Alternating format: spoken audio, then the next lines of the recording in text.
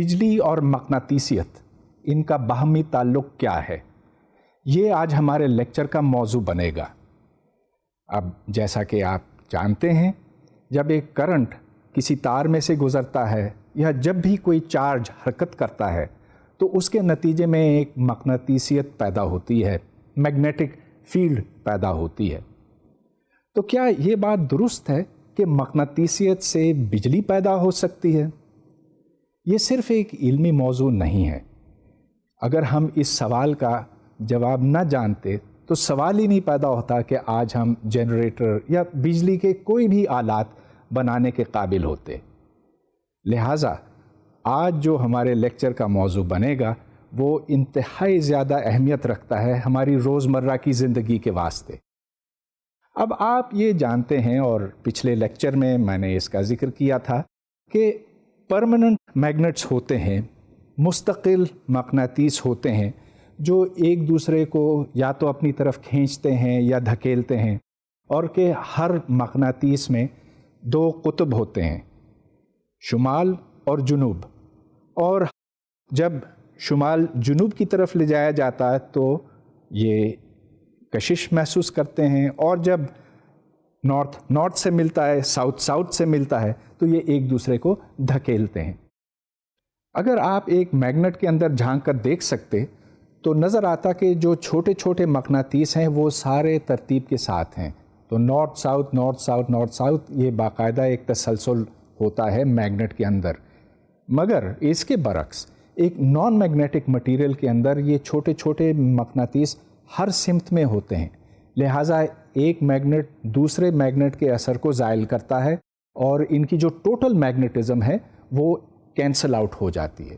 اس واسطے لوہے کا وہ ٹکڑا جو میگنٹ نہیں ہے، اس میں ڈومینز مختلف سمتوں میں ہوتے ہیں۔ اگر آپ کسی میگنٹ کے لائنز آف فورس کو دیکھیں تو یہ ایک جگہ سے شروع ہوتے ہیں اور پھر ایک کمپلیٹ پاتھ سے گزر کر دوبارہ اسی پوائنٹ پر پہنچتے ہیں۔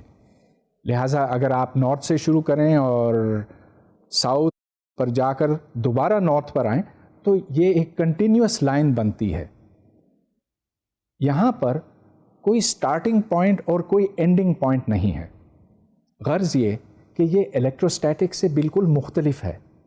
الیکٹروسٹیٹکس میں چارج لائنز آف فورس کا منبع ہوتا ہے، اس کا سورس ہوتا ہے، اور اس میں سے لائنز آف فورس یوں باہر نکلتی ہیں، لیکن کوئی میگنیٹک چارج نہیں ہے۔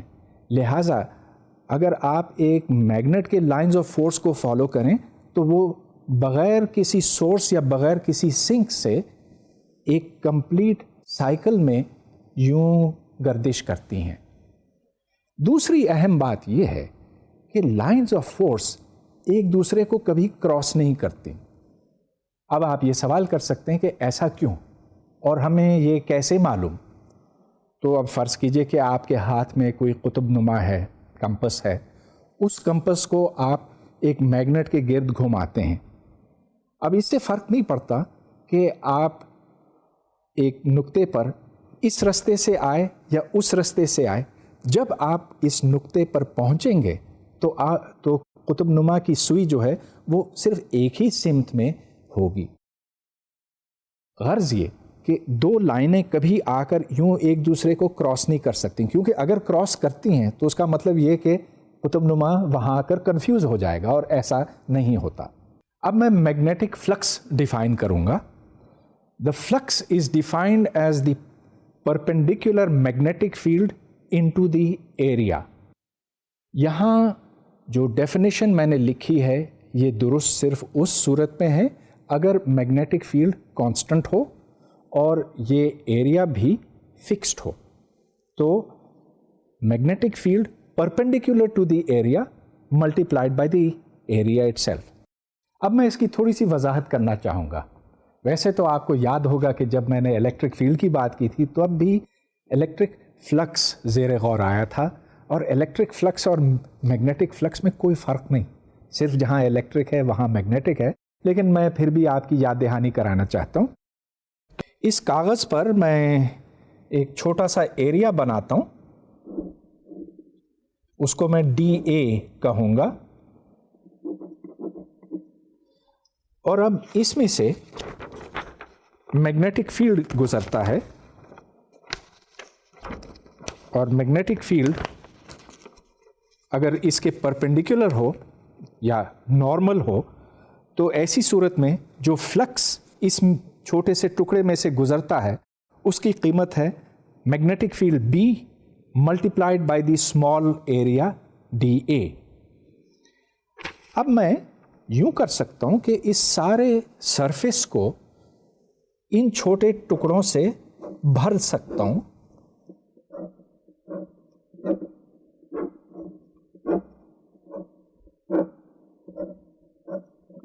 یہ سلسلہ اس طرف اور اس طرف رہے گا۔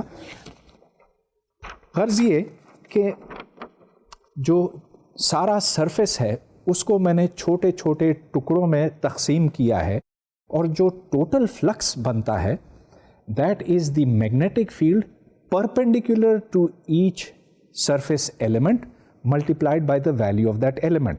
تو B ڈاٹ DA یا B into DA cosine theta, جیسا کہ آپ نے ڈائیگرام میں دیکھا تھا، کوسائن تھیٹا وہ اینگل ہے جو نارمل اور میگنیٹک فیلڈ کے درمیان ہے۔ تو اس وقت آپ یہ دیکھیں کہ تھیٹا کی ویلیو 0 ہے، گویا کہ B ڈاٹ DA از B انٹو DA، اور اگر میں اس کو یوں ترچھا کر دوں تو یہ اینگل بڑھتا ہے، اور آخر جب یہ بالکل اس کے ساتھ ہو جائے گا تو یہ 90 ہوگا اور B ڈاٹ DA 0 ہوگا۔ تو یہاں سے ہم کسی بھی سرفیس پر فلکس کیلکولیٹ کر سکتے ہیں، میگنیٹک فلکس، ان چھوٹے چھوٹے ٹکڑوں کے کنٹریبیوشنز کو جوڑ کے۔ الیکٹروسٹیٹکس اور میگنیٹزم میں ایک بڑا فرق ہے، وہ یہ کہ الیکٹروسٹیٹکس میں اگر آپ ایک کلوز سرفیس بنائیں تو اس میں سے نیٹ فلکس نکل سکتا ہے۔ غرض یہ کہ کچھ فلکس بے شک اندر آئے اور کچھ باہر جائے، لیکن جتنا باہر جاتا ہے اور جتنا اندر آتا ہے اس کی مقدار برابر نہیں ہے۔ جو فرق ہے، یعنی کہ جو نیٹ فلکس ہے الیکٹروسٹیٹکس میں، that is proportional to the charge enclosed, اور اس کو آپ کو پتہ ہے گاؤسز لا کہتے ہیں۔ لیکن میگنیٹزم میں ہر صورت، ہر حال میں ایک کلوز سرفیس میں سے کوئی نیٹ فلکس نہیں نکل سکتا، اور یہ اس وجہ سے کہ میگنیٹک چارج ہوتا ہی نہیں ہے، اب magnetic charge does not exist. تو اب فرض کیجئے کہ ایک تار ہے، وہ تار یوں گزرتی، اس میں ایک کرنٹ ہے، کرنٹ کی وجہ سے میگنیٹک فیلڈ پیدا ہوتا۔ اس کے نزدیک ہم ایک اسفیئر رکھتے ہیں، تو اس کی تصویر آپ دیکھ رہے ہیں۔ سوال یہ ہے کہ اس اسفیئر میں سے کتنا میگنیٹک فلکس گزرتا ہے، اور اس میں تو آپ کو کچھ حل ہی نہیں کرنا پڑے گا، کیونکہ جواب واضح ہے، دی آنسر از 0۔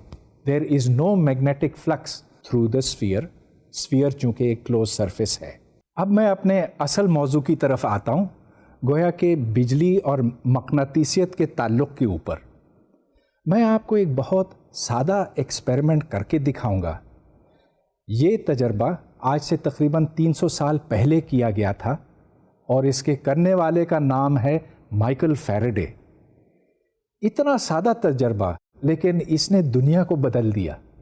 تو چلیے کر کے دیکھتے ہیں۔ یہ ایک کوئل ہے، اس کے اوپر تار لپٹی ہوئی ہے، اور تقریباً میں نے 50 اس پر ٹرنز ڈالی ہیں۔ اس کو میں نے اب ایک میٹر کے ساتھ کنیکٹ کیا ہے۔ میٹر یہ دکھاتا ہے کہ الیکٹروموٹیو فورس، یا دوسرے لفظوں میں وولٹیج کتنی ہے۔ اور اب میں یہ کروں گا کہ اس کوئل میں سے یہ میگنیٹ گزاروں گا۔ یاد رہے کہ یہ میگنیٹ ہے، اور آپ یقین کر لیں اس طرح سے کہ اس کو میں قطب نما کے نزدیک لاتا ہوں تو دیکھیے یہ گھوم رہا ہے۔ اس میگنیٹ کو اب میں اس کے پار لے جاؤں گا۔ اب آپ یہ دیکھیے کہ میٹر کی سوئی یا میٹر کا جو ڈائل ہے وہ 0 دکھا رہا ہے اس وقت، لیکن جیسے جیسے میں اس کو نیچے اور اس کے نزدیک سے گزاروں گا تو اس میں ایک وولٹیج پیدا ہوتا ہے یا ایک الیکٹروموٹیو فورس پیدا ہوتی ہے، اور میں اگر یہ بار بار کرتا جاؤں تو بار بار وولٹیج پیدا ہوتی ہے اور پھر ختم ہو جاتی، پیدا ہوتی ہے اور ختم ہو جاتی۔ اب دیکھیے یہاں تو میں میگنیٹ چلا رہا تھا، لیکن یہ بھی ہو سکتا ہے کہ میں میگنیٹ کو ساکن رکھوں، ایک ہی جگہ پہ رکھوں، لیکن میں کوئل کو چلاؤں، اور آپ دیکھ رہے ہیں کہ اس سے بھی بالکل وہی اثر پیدا ہوتا ہے۔ جو تجربہ آپ نے ابھی دیکھا یہاں پر، اس کو بہتر طور پر اس اینیمیشن میں آپ دیکھ سکتے ہیں۔ ایک میگنیٹ کوئل میں سے گزرتا ہے اور یہاں پر ایک بلب لگا ہوا ہے، بلب جلتا ہے جب میگنیٹ اندر جاتا ہے یا جب وہ باہر آتا ہے۔ تو اس طرح بجلی پیدا ہوتی ہے میگنیٹک فیلڈ کے بدلنے سے، اور اس کو انڈیوسڈ کرنٹ کہتے ہیں۔ So a current is induced by the change of a magnetic field, یا دوسرے لفظوں میں جب میگنیٹک فلکس بدلتا ہے، اور اس کے بدلنے کی مختلف وجوہات ہو سکتی ہے، لیکن بنیادی بات یہ ہے کہ جب فلکس تبدیل ہوتا ہے تو اس کے نتیجے میں ایک کرنٹ یا ایک الیکٹروموٹیو فورس انڈیوس ہوتا۔ الیکٹروموٹیو فورس کا لفظ میں نے استعمال کیا، لیکن آپ کو یاد ہوگا ایک دفعہ پہلے بھی میں نے اس کا ذکر کیا ہے کہ دراصل الیکٹروموٹیو فورس نہیں ہوتی۔ ہاں، یہ وہ فورس تو نہیں، لیکن یہ وہ چیز ہے جو کرنٹ کو گردش دیتی ہے، لیکن اس کے یونٹس دراصل انرجی کے ہیں۔ اگر آپ ایک یونٹ چارج کو ایک سرکٹ میں سے گزاریں، پورا سرکٹ اگر وہ کمپلیٹ کرے تو جتنی انرجی درکار ہوتی ہے اس کام کے واسطے، اس کو الیکٹروموٹیو فورس کہتے ہیں۔ یہ لفظ فورس ہے مگر دراصل یہ انرجی ہے فار اے یونٹ چارج۔ اچھا، چلیے اب ہم یہ جاننا چاہتے ہیں کہ اگر ایک میگنیٹک فیلڈ بدلتی ہے، میگنیٹک فلکس تبدیل ہوتا ہے، تو اس کے نتیجے میں کتنی الیکٹروموٹیو فورس انڈیوس ہوگی؟ اس کا جواب ہمیں فیراڈیز لا سے ملتا ہے، اور فیراڈیز لا کا کہنا ہے the induced electromotive force is equal to minus the rate of change of flux, magnetic flux. اس کی اب میں تھوڑی سی وضاحت کرنا چاہوں گا۔ بنیادی بات یہ ہے کہ جب بھی میگنیٹک فلکس چینج ہوتا ہے، اگر تو وہ ساکن ہو، اگر وہ ایک ہی ویلیو پر رہے، تو پھر کوئی الیکٹروموٹیو فورس نہیں، کوئی وولٹیج نہیں پیدا ہوتی ہے اس کے نتیجے میں۔ لیکن اگر تبدیلی آتی ہے، اور جتنی زیادہ تیزی سے تبدیلی آتی ہے، اسی حساب سے زیادہ الیکٹروموٹیو فورس انڈیوس ہوتی ہے۔ جو اس کے آگے نیگیٹو سائن ہے اس کی میں بعد میں وضاحت کروں گا، لیکن اب ایک سوال یہ اٹھتا ہے کہ یہ فلکس کب بدلتی ہے؟ اب اس کے 3 مختلف وجوہات ہو سکتے ہیں۔ چلیے یہ دیکھتے ہیں اس اینیمیشن سے۔ ایک صورت تو یہ ہو سکتی ہے کہ میگنیٹ کی حرکت سے الیکٹروموٹیو فورس انڈیوس ہو، گویا کہ جو فلکس میں تبدیلی آتی ہے وہ اس وجہ سے کہ لائنز آف فورس جو میگنیٹ کے ساتھ ہیں وہ آگے پیچھے ہوتے ہیں۔ آپ یہ دیکھ رہے ہیں کہ ایک چارج پارٹیکل حرکت کر رہا ہے رنگ کے اندر، اور اس کو ہم کرنٹ کہتے ہیں۔ So a current is induce by the motion of the magnet, اور یہ چیز ابھی آپ نے تھوڑی دیر پہلے دیکھی تھی جب میں نے ایک کوئل میں سے میگنیٹ کو گزارا تھا اور آگے پیچھے کیا تھا۔ ایک اور صورت یہ ہو سکتی ہے کہ رنگ کا سائز بدلتا جائے۔ رنگ اگر کبھی بڑی ہوتی ہے اور پھر سکڑ کے چھوٹی ہو جاتی ہے اور پھر بڑی ہوتی ہے، تو اس طرح سے جو ایریا ہے وہ تبدیل ہوتا ہے۔ تو میگنیٹک فیلڈ اتنا ہی ہے، میگنیٹ یہاں پہ فکسڈ ہے، لیکن جو ایریا ہے اس کی وجہ سے فلکس میں فرق آتا ہے۔ اب جتنی تیزی سے اس ایریا کو بڑھایا یا گھٹایا جائے گا، اسی حساب سے فلکس بھی بدلتا جائے گا، اور جو انڈیوسڈ ای ایم ایف ہے، that is the rate of change of flux, وہ بڑا ہوگا یا کم ہوگا۔ ایک اور صورت یہ ہو سکتی ہے کہ میگنیٹ گھومے، اور اب آپ یہ دیکھ رہے ہیں کہ اس کی وجہ سے بھی ایک کرنٹ انڈیوس ہوتا ہے. حالانکہ میگنیٹ کوئی نزدیک یا دور نہیں جا رہا ہے، لیکن پھر بھی جو فلکس اس کوائل کے ساتھ وابستہ ہے وہ تبدیل ہوتا جا رہا ہے. چنانچہ ادھر بھی rate of change of flux ضرور ہے. آپ نے یہ دیکھا کہ فلکس بدلنے کی 3 مختلف وجوہات ہو سکتی ہیں. اب میں ایک سوال حل کرنا چاہوں گا، لیکن اس سے پہلے میں دکھانا چاہتا ہوں کہ اصل مطلب اس کا کیا ہے. تو یہ ایک تار ہے، سمجھ لیجئے کہ یہ ایک سرکل ہے، گول ہے، اور اس میں سے ایک میگنیٹک فلکس گزرتا ہے. تو میگنیٹک فیلڈ یوں جاتی ہے. اب فرض کیجئے کہ اس میگنیٹک فیلڈ کو ہم کانسٹنٹ رکھتے ہیں. میگنیٹک فیلڈ نہیں بدلتا، لیکن میں اس کا شیپ بدلتا جاتا ہوں. تو اب جیسے جیسے میں اس کو یوں بند کرتا جاؤں گا تو اس کا ایریا کم ہوتا چلا جائے گا، اور بالآخر اگر یہ بالکل سیدھا ہو جائے تو اس کا ایریا 0 ہوگا. تو سوال یہ ہے کہ a flexible loop has a radius of 12 centimeters and is in a magnetic field of strength 0.15 Tesla. The loop is grasped at points A and B and stretched until it closes. If it takes 0.20 seconds to close the loop, find the magnitude of the average induced EMF in it during this time. تو غرض یہ کہ ہم نے اس loop کو بند کر دیا 0.2 seconds میں، اور ہم جاننا چاہتے ہیں کہ اس کے نتیجے میں کتنا ای ایم ایف انڈیوس ہوا. اور ظاہر ہے کہ اگر ای ایم ایف انڈیوس ہوتا تو اس میں ایک کرنٹ بھی فلو کرے گا. تو چلیے اس سوال کو اب ہم حل کرتے ہیں. حل کرنے کے لیے سب سے پہلے ہمیں فلکس نکالنا ہوگا. جو فائنل فلکس ہے اس کی ویلیو تو 0 ہے، اس واسطے کہ اب یہ کوائل بند ہو گیا اور اس کا ایریا 0 ہو گیا. گو کہ میگنیٹک فیلڈ اب بھی ہے، لیکن ایریا 0 ہونے کی وجہ سے فلکس 0 ہے. لیکن شروع میں جو فلکس تھا اس کی ویلیو بنتی ہے ایریا، جو کہ پائی انٹو 0.12 اسکوائرڈ ہے، اور اس کو ہمیں میگنیٹک فیلڈ کی ویلیو سے ملٹیپلائی کرنا جو 0.15 ٹیسلا ہے. یہ فرق فائنل اور انیشل کا 0.2 سیکنڈز میں آیا، لہٰذا ہمیں فائنل مائنس انیشل کیلکولیٹ کرنا ہوگا divide by the time taken.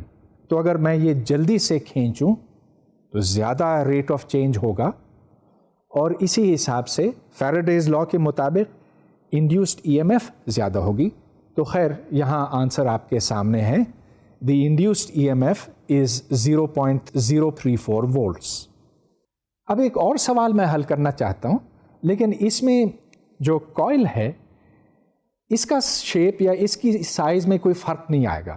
تو یہ گول ہے اور یہ آخر تک گول رہے گا، لیکن جو میگنیٹک فیلڈ ہے پہلے اس سمت میں تھا کسی ایک اسٹرینتھ کے ساتھ، اور پھر مخالف سمت میں ہو گیا کسی اور اسٹرینتھ کے ساتھ.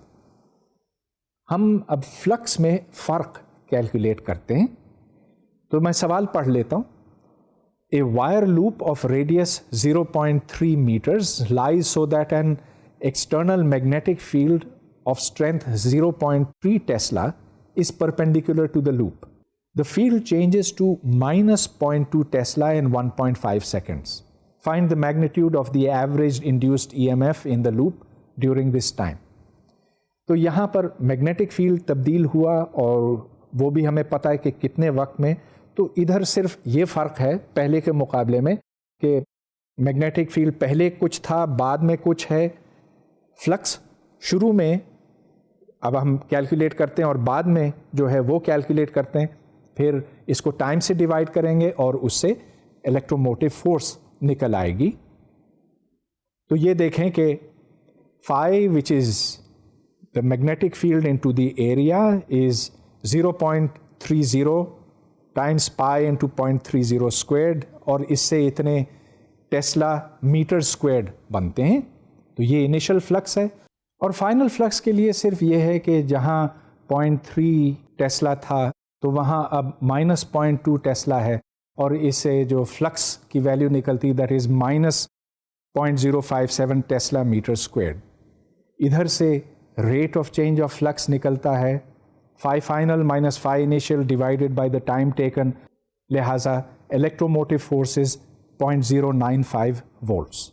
یہاں پر میں نے ایوریج انڈیوسڈ الیکٹروموٹیو فورس کی بات کی تھی، وہ اس لیے کہ ہمیں صرف جو انیشل اور فائنل فلکس ہے وہ دیا ہوا ہے، اور یہ کہ کتنے ٹائم میں ہوا. اب درمیان میں کیا ہوا تھا اس کے بارے میں ہمیں کچھ پتہ نہیں. ہم یہ اسیوم کرتے ہیں کہ بس شروع میں کچھ تھا، بعد میں کچھ تھا، ڈیوائڈیڈ بائی دا ٹائم.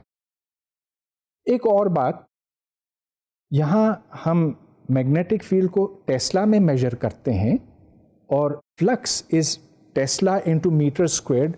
اس کو ایک اور نام دیا جاتا ہے عموماً weber. So 1 weber is equal to 1 tesla into 1 square metre. اب ایک اور سوال میں حل کرنا چاہتا ہوں. اس میں فلکس تبدیل ہوتا ہے as a function of time. تو اس گراف میں دیکھیے فلکس ٹائم t=0 پہ میکسیمم ہے، پھر وہ کم ہوتا جاتا ہے اور تقریباً 0.1 سیکنڈ کے بعد یہ 0 ہو جاتا ہے، پھر نیگیٹو کی طرف جاتا ہے، پھر میکسیمم پہ پہنچتا ہے اور اس کے بعد دوبارہ 0 ہوتا ہے، پھر پازیٹیو ہوتا ہے، اور اس طرح سے یہ ریپیٹ ہوتا رہتا ہے. یہاں میں نے 3 انٹرولز بتائے ہیں A, B اور C. آپ سے یہ سوال ہے کہ کس انٹرول میں انڈیوسڈ الیکٹروموٹیو فورس پازیٹیو ہے. اس کا جواب تو بہت آسان ہے. پوائنٹ B لیجئے یا انٹرول B لیجئے، تو یہاں پر تو فلکس چینج ہی نہیں ہو رہا، لہٰذا d∅/dt از اکول ٹو 0. تو جب یہ اپنے منیمم پر ہے، that is to say at the minimum value of the flux, تو اس جگہ پر rate of change of flux is equal to 0 اور انڈیوسڈ ای ایم ایف بھی 0 ہے. دوسری طرف آپ یہ دیکھیں کہ پوائنٹ C پر فلکس بڑھ رہا ہے، اور اگر یہ بڑھتا ہے تو اس کا مطلب یہ کہ جو انڈیوسڈ ای ایم ایف ہے وہ میکسیمم نیگیٹو ہے. تو ایک ہی پوائنٹ رہ جاتا ہے، اور یہ پوائنٹ A ہے. پوائنٹ A پر فلکس گھٹ رہا ہے، اور کیونکہ گھٹ رہا ہے تو اس کا سلوپ نیگیٹو ہے. تو جب آپ اس کے ساتھ ایک اور مائنس سائن لگائیں گے تو الیکٹروموٹیو فورس ول بی پازیٹیو. لہٰذا اس کا جواب ہے A. فیراڈیز لا کے بقول انڈیوسڈ الیکٹروموٹیو فورس از -d∅/dt. لیکن اب ہم یہ سوال بھی اٹھا سکتے ہیں کہ انڈیوسڈ الیکٹرک فیلڈ کتنی ہے. اب یاد رہے کہ electromotive force is the electric field into distance ds as we go around the circuit. So the electromotive force is the integral E dot ds, اور اس واسطے integral E dot ds is equal to minus rate of change of magnetic flux. اب بہت سی مختلف situations ہیں جہاں integral E dot ds کو ہم بآسانی کیلکولیٹ کر سکتے ہیں. ایک مثال آپ کے سامنے ہے. یہاں 2 تاریں ہیں اور ان کے اوپر ایک راڈ رکھا گیا ہے. یہ راڈ میٹل کا ہے اور یہ ایک مکمل سرکٹ ہے. اس راڈ کو جو ان تاروں کے اوپر سے پھسل کر آگے جا سکتا ہے، اگر اس راڈ کو دھکا دے دیا جائے تو اس کے نتیجے میں فلکس تبدیل ہوتا ہے. جیسا کہ میں نے آپ کو پہلے بتایا تھا، فلکس 2 وجوہات کی بنا پہ تبدیل ہو سکتا ہے. ایک یہ کہ میگنیٹک فیلڈ تبدیل ہو، اور دوسرے یہ کہ جو ایریا ہے، یاد رہے کہ flux is area into magnetic field, اور اگر ایریا تبدیل ہوتا ہے تو فلکس تبدیل ہوتا. تو جب یہ راڈ آگے کی طرف جاتا ہے تو اس سے فلکس بدلتا ہے. فلکس جب بدلتا ہے تو اس سے الیکٹروموٹیو فورس انڈیوس ہوتی ہے، اور جب الیکٹروموٹیو فورس انڈیوس ہوتی ہے اس کا مطلب یہ کہ اس تار کے اندر جو الیکٹرانز ہیں ان کو دھکا ملتا ہے آگے کی طرف، جس کے نتیجے میں ایک کرنٹ فلو ہوتا. چنانچہ اس لوپ کے اندر اب ایک کرنٹ گردش کرتا ہے اور اس کی وجہ سے یہ بلب جلتا ہے. اب سوال یہ پیدا ہوتا ہے کہ یہ کتنا کرنٹ ہے اور ہم اس کو کیسے کیلکولیٹ کر سکتے ہیں. یہاں پر ہم فیراڈیز لا استعمال کریں گے. فیراڈیز لا میں سب سے پہلے ہمیں فلکس کیلکولیٹ کرنا ہوتا ہے، جس کے بعد ہم یہ دیکھیں گے کہ وہ کس رفتار پہ تبدیل ہوتا ہے۔ اس سے ملتی جلتی سچویشن آپ کے سامنے ہے۔ یہاں پر ایک مکمل سرکٹ ہے، سخت تاریں ہیں چاروں طرف، اور ان کو سپیڈ v کے ساتھ سیدھے ہاتھ کی طرف کھینچا جا رہا ہے۔ جو پیرلل تاریں ہیں ان کے درمیان فاصلہ d ہے، اور میگنیٹک فیلڈ صرف ایک مخصوص ڈسٹنس تک ہے۔ تو سچویشن کچھ یوں بنتی ہے کہ یہ ایک لوپ ہے، اس لوپ کو سپیڈ v کے ساتھ یوں کھینچا جا رہا ہے اور میگنیٹک فیلڈ اس سمت ہے۔ تو جب لوپ یوں جاتا ہے تو میگنیٹک لائنز آف فورس کو کاٹتا ہوا جاتا ہے، گویا کہ میگنیٹک فلکس چینج ہوتا۔ اب ہم یہ جاننا چاہتے ہیں کہ اس لوپ کے اندر کتنی ای ایم ایف انڈیوس ہوتی ہے، اور پھر اس کے نتیجے میں کتنا کرنٹ فلو کرتا ہے، اور جب کرنٹ فلو کرتا ہے تو اس کی وجہ سے اس کے اندر پاور خرچ ہوتا ہے، پاور ڈسپیٹ ہوتا ہے۔ ہم یہ جاننا چاہیں گے کہ اس پاور کی مقدار کتنی ہے۔ تو چلیے سب سے پہلے میں یہاں پر جو کوانٹیٹیز ہیں ان کو ڈیفائن کر دیتا ہوں۔ جب ایک تار میگنیٹک فیلڈ میں سے گزرتی ہے اور اس کی سپیڈ v ہوتی ہے تو اس کے اوپر ایک فورس عمل کرتی ہے۔ فورس کی مقدار ہے current into the velocity perpendicular to the magnetic field. لہٰذا ایک فورس F1 ہے لیفٹ کی طرف، اور ایک فورس F2 اوپر کی طرف ہے، اور ایک نیچے کی طرف جس کو F3 کہا گیا ہے۔ فلکس نکالنے کے لیے ہمیں ایریا چاہیے، لیکن صرف وہ ایریا جس میں میگنیٹک فیلڈ موجود ہے، اور اس کی مقدار بنتی ہے d انٹو ایکس۔ چنانچہ flux b into d into X بنا۔ اب ہمیں rate of change of flux کی ضرورت ہے۔ سو E which is the electromotive force is equal to minus rate of change of flux. Flux B dx ہے۔ اس میں صرف ایک کوانٹٹی ہے جو وقت کے ساتھ تبدیل ہوتی ہے، اور وہ ہے x۔ آپ ڈائیگرام سے دیکھ سکتے ہیں کہ x وقت کے ساتھ ساتھ کم ہوتا جاتا، گویا کہ dx by dt minus v ہے، اور اس واسطے جب آپ الیکٹروموٹیو فورس نکالتے ہیں یہاں پہ تو وہ پازیٹیو سائن کے ساتھ آتا ہے، اور اس کی ویلیو بنتی ہے b انٹو ڈی انٹو وی۔ یہاں سے پھر کرنٹ کی ویلیو نکل آتی ہے، آپ کو صرف ریزسٹنس سے ڈیوائڈ کرنا ہوگا، اور current is B D V divided by R. ادھر سے ہم فورس کی ویلیو نکال سکتے ہیں، کیونکہ فورس تو کرنٹ انٹو میگنیٹک فیلڈ کا پروڈکٹ ہے۔ یاد رہے کہ یہ دونوں ایک دوسرے کے پرپینڈیکولر ہیں، چنانچہ F1 is equal to I into B into D. I کی ویلیو آپ اوپر سے لگا دیں تو ادھر سے F1 نکلتا ہے b squared into D squared into the velocity v divided by the resistance r۔ گویا کہ ہم نے وہ فورس نکال دی ہے جو اس لوپ کی اس ایلیمنٹ کے اوپر ایکٹ کرتی۔ تو میں لوپ کو یوں کھینچ رہا ہوں اور فورس اس سمت میں ہے، لہٰذا مجھے کام کرنا پڑ رہا ہے اس کو کھینچنے کے واسطے۔ کتنا کام کرنا ہوگا ٹائم ڈی ٹی کے اندر؟ Force F1 into the distance D X that it moves in time D T, تو یہ F1 انٹو ڈی ایکس بنا۔ اور اگر میں پاور نکالنا چاہوں تو اس کو مجھے ڈی ٹی سے ڈیوائڈ کرنا ہوگا، لہٰذا جو پاور ہے اس کی مقدار بنی F1 into D X by D T. This is the rate at which I have to do work. تو میں اس میگنیٹک فیلڈ سے اس کو جو کھینچ رہا ہوں اس طرف، مجھے کام کرنا پڑ رہا ہے، اور اس کی مقدار ہے F1 انٹو وی۔ اب چلیے اس کو کیلکولیٹ کرتے ہیں۔ F1 اوپر سے ڈالتے ہیں اس میں، so the power is b square D square V square divided by are.